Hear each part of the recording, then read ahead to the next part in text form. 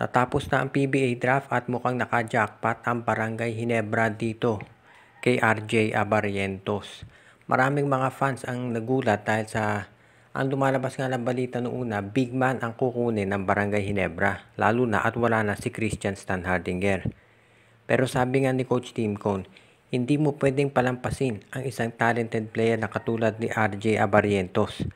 Para do sa mga hindi nakakaalam, itong si Abarientos ay naglaro dito sa Korean Basketball League kung saan siya ang naging Rookie of the Year. Nag-average siya ng 13.6 points, 5 assists, 3 rebounds at maganda yung kanyang overall performance. Ibig sabihin, hindi ka naman magiging Rookie of the Year dyan sa Korean Basketball League kung hindi ka mahusay na player talaga. Dahil dito, ito si Coach Tim Cone, tandaan din natin, 31 years ago, kinuha niya number 3 sa draft itong si Johnny Abarientos. At ang ngayon naman, after 31 years, itong kanyang pamangkin na si RJ Abarientos ang kanyang kukunin. At dito natin makikita na napakaganda ng naging desisyon ni Coach Tim Cone. Dahil ngayon, nasa backcourt na nila ito si Stephen Holt at si RJ Abarientos. Ito na ang bagong lineup ng Ginebra.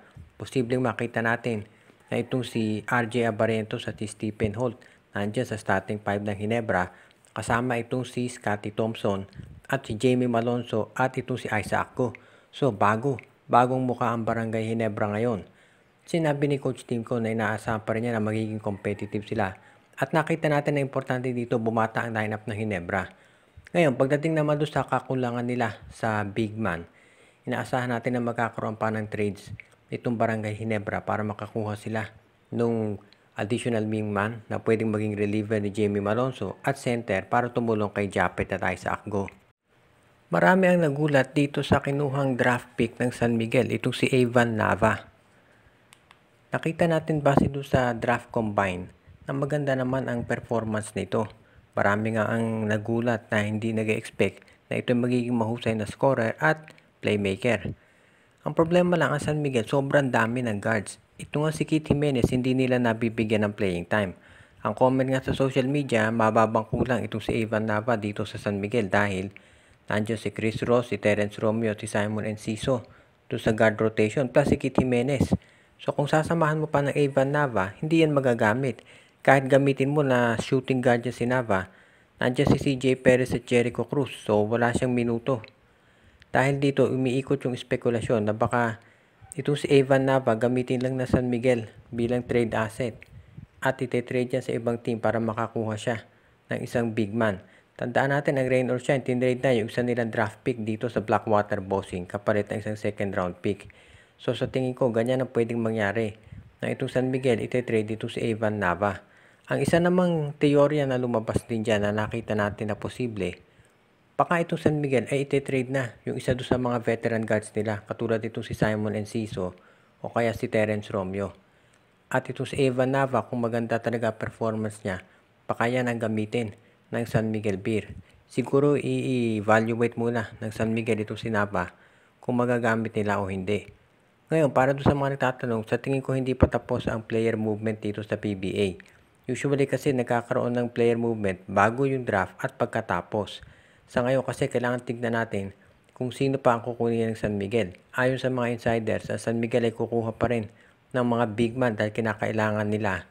Dahil nakita natin doon sa last conference, center at saka power forward ang kulang talaga sa Beermen. Okay, pag-usapan natin itong nakaraang PBA draft at nakita natin na ang biggest winner dito sa tingin ko itong Converge FiberXers literally dahil ang lalaki ng mga nakuha nilang mga players. Ito ang bagay dito sa kanilang lineup dahil yan ang nagkulang sa kanila. Of course, nakuha nila si Justin Baltasar as expected plus itong si Pau Havillonar at itong si Ben Phillips. Ang sabi nga ng iba, itong sa sobrang dami ng big man ngayon ng Converge, posible na yung iba dyan ay trade nila dito sa TNT Tropang Giga na nangangailangan ngayon ng center. Ang bali-balita ay baka yan daw ang maging kapalit ng rights para dito kay Mikey Williams. Spekulasyon pa lamang yan dahil posible ng Converge makipag-trade din sa ibang teams katulad ng San Miguel na nangangailangan din ng big man. Ngayon, itong iba naman, si Cedric Bearfield wala dun sa PBA draft. May mga spekulasyon tuloy na baka Blackwater magdalawang isip na kunin siya. Pero dinraft din nila at abangan natin kung anong mangyayari dito. Walang duda na very talented to si Barefield. Pero abangan natin kung paano magiging performance niya dito sa Blackwater at kung anong klaseng negosasyon, kung magiging madali ba o hindi yung contract signing. Yan ang aabangan siguro ng mga ibang teams. Partikular na TNT na balita, diyan ititrade ng Blackwater itong si Barefield. Ang Ginebra naman, maganda yung nakuha nila obviously, itong si RJ Abarrientos. Dahil diyan naman talaga hinahanap nila ngayon, point guard. Ngayon, kung big man, sa tingin ko may makukuha big man ang Barangay Ginebra sa Northport sigurado. Itong San Miguel ngayon, medyo nakapagtataka yung kinuha nila isang guard. Dahil obvious naman na kinakailangan nila ay power forward o center. Dahil dito meron mga spekulasyon na lumalabas ng San Miguel ay iti-trade din. Yung si Evan Nava o kaya isa doon sa mga veterano nila kung maganda maging performance itong si Nava. Samantala naman yung ibang team, solid din yung mga nakuha nila. Yun nga lang, sa tingin ko, makinuha din sa mga 3rd, 4th round ay baka maging practice player lang. Itong Magnolia Chicken Templados ay kinuha itong si Jerome Lastimosa dito sa draft at marami ang naniniwala na ito na ang ipapalit nila dito kay Paul Lee o kay Gio Haladon. Alam natin yung scoring capability nitong si Lastimosa at dahil dito, marami nagsasabi na ito na ang senyalis talaga na iti-trade nila ang isa doon sa mga guards nila. Sobrang dami ng guards ng Magnolia. Si Baroka, si Lee, si Halalon, nandiyan pa si Jerica Hanmisi, and of course, tandaan natin si Jeric Balanza, naglalaro din niya ng guard. Kung isasama mo pa itong si Jerome Lastimosa, sobrang ladim na. So, kinakailangan talaga mag-unload. Kaya nga dahil dito, nakikita natin na itong si Gio Halalon o kasi si Paul Lee, iti-trade na yan talaga. So, abangan na lang natin kung ano mangyayari dito. Pero maliwanag, hindi pa tapos ang player movement dito sa Magnolia Chicken Templados. Ngayon, asahan natin. Of course, alam natin na ito si Jerome Lastimosa kagagaling lamang sa injury. At yan ang dahilan kung bakit medyo bumaba yung stock nito. Kung ito hindi nagkaroon ng ACL, baka naging top 5 ito eh. Pero swerte Magnolia dahil ang mga players ngayon mabilis na makarecover sa ganyang klaseng injury. Kaya sa tingin ko ito si Jerome Lastimosa magiging magandang addition sa lineup ng Hot Shots. At dahil dito, sa tingin ko, yung balita na si Paul Lee o si Gio Halalon ititrade para dito kay Christian Sanhardinger matutuluyan. Dahil dito, itong Magnolia, makikita natin na very competitive ngayon yung lineup nila. Tapos masasabi rin natin na kung pag-uusapan natin yung lineup ng Magnolia ngayon, hindi sila nagkukulang. Kaya asahan natin na gagawa yan ng move para kay Stan Hardinger. Pero kung yung guard at wings ang pag-uusapan natin, okay na yan. At huwag natin kalimutan, ito si Calvin Abueva, nasa trading block pa rin niya ng Magnolia. Nag-iintay lang sila, syempre, nung tamang ka-trading partner. Dahil marami pa ngayong mga teams ang mag-evaluate sa mga kinuha nila ng mga rookies ngayon. Shout out kay Joseph Pineda, Mamerto Torres, Alicia Garcia, Jonel Alagon at Celino Valles family, Katsakino Docusing.